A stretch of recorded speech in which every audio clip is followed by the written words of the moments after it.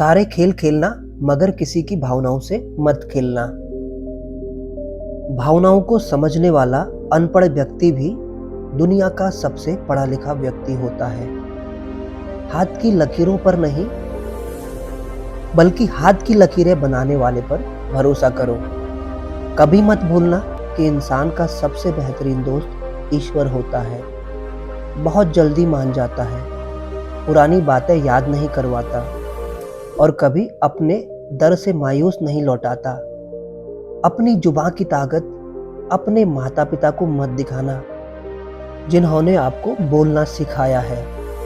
याद रखना कि औलाद के लिए माँ बाप वहाँ भी हाथ फैला लेते हैं जहाँ वो पाँव रखना भी गवारा नहीं करते।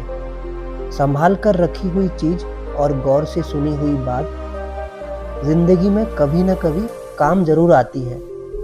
दुनिया को विज्ञान कितना भी विकसित और सुखद बना ले, लेकिन मानसिक शांति आज भी प्रकृति की गोद में ही मिलती है।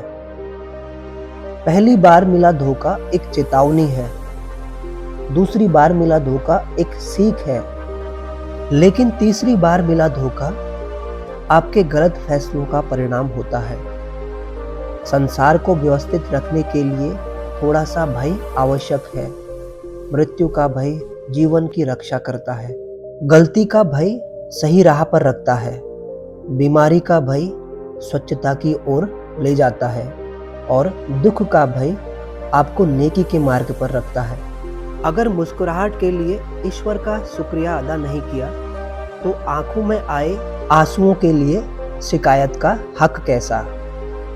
दुनिया में दान जैसी कोई संपत्ति नहीं, अच्छे स्वस्थ जैसे कोई आभूषण नहीं और संतोष जैसा कोई सुख नहीं। उन गलतियों की कोई माफ़ी नहीं होती जहां आप जानते हैं कि क्या गलत है और क्या सही, पर आप जानते बूझते गलत का चुनाव करते हो। बड़े बनकर बातों को याद रखने से क्या हासिल, कभी छोटे बनकर बातों को भूलना भी सीखो। अपने मन को कैकई होने से बचाइए, क्योंकि मन जब कैकई हो जाता है तो कोई न कोई मंत्र कान भरने अवश्य आ जाती है।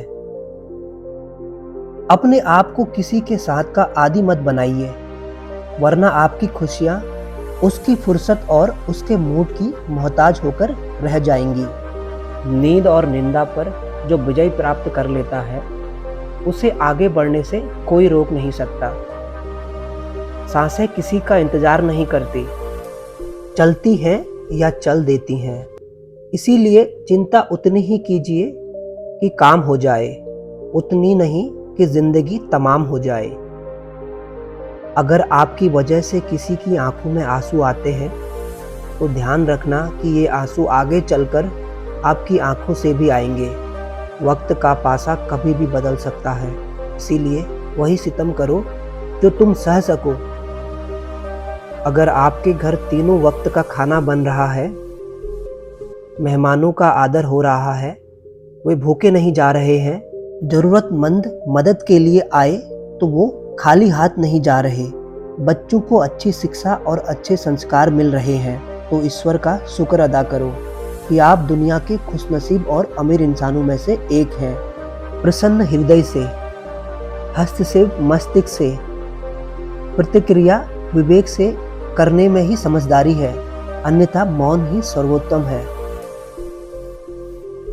जीवन पेंटिंग की तरह है, आशा के साथ रेखा खींचे, त्रुटियों को सहनशीलता से मिटाएं, बहुत ही धैर्य के साथ ब्रश को डुबोएं और अपने जीवन को प्यार से रंगें।